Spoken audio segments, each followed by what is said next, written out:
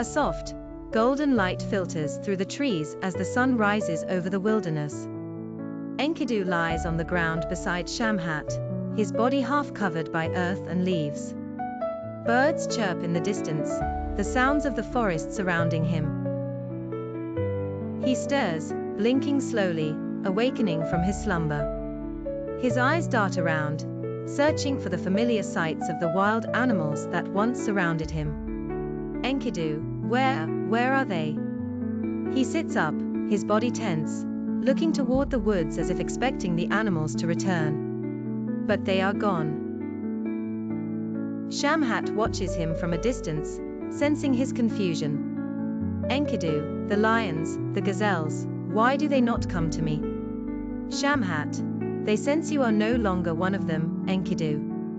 You have eaten the bread and drunk the wine of men. The wild no longer claims you. Enkidu turns to Shamhat, bewildered. His hand instinctively reaches to the ground, grasping the dirt. He can feel something has changed inside him, but he cannot fully understand it. Enkidu, I feel different. Weaker, perhaps. No, something else. What have you done to me? Shamhat steps forward, her expression soft but resolute.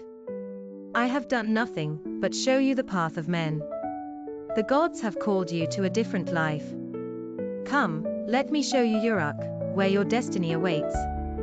Enkidu hesitates, still holding on to the remnants of his wild self. He looks at the horizon, torn between staying in the forest and following Shamhat. After a long pause, he stands up, towering over her. Enkidu, very well. Show me this city. But my heart belongs to the wild. Location, the path from the forest to the fields. As Enkidu and Shamhat walk together, the forest gradually thins, giving way to fields of barley and wheat. The sounds of the wild are replaced by the distant murmur of farming communities. Enkidu moves awkwardly, unused to the flat, cultivated land. He glances at the fields and the people working there. Enkidu, how strange this place is. The earth here is bound, shaped by their hands. Shamhat, here, men tame the land to survive. The earth serves them, just as the animals once served you. As they walk further, a group of farmers and shepherds notice the pair approaching. They stop working, whispering to one another.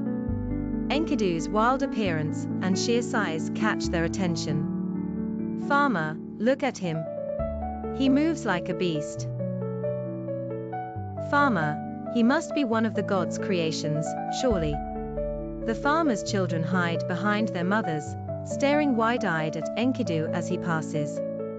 Enkidu notices their fear and confusion, but he remains silent, walking ahead of Shamhat, his gaze fixed on the distant city Uruk.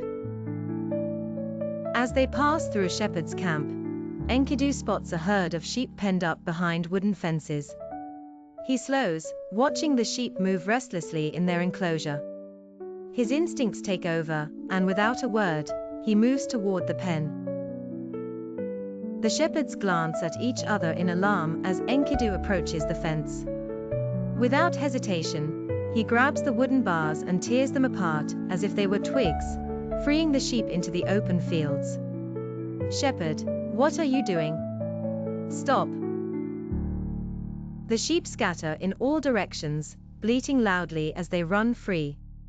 Enkidu laughs, chasing after them as though herding wild animals.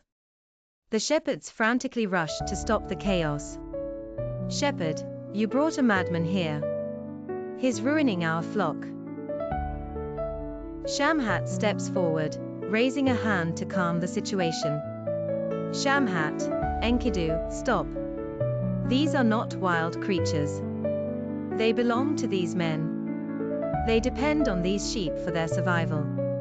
Enkidu halts mid-step, looking back at Shamhat, his brow furrowed in confusion.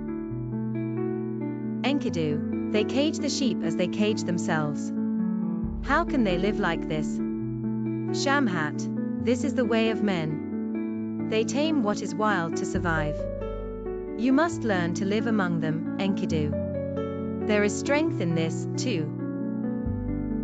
Enkidu clenches his fists, looking at the shepherds who are busy rounding up the sheep. He steps back, frustration simmering beneath the surface. Enkidu, tamed, like cattle.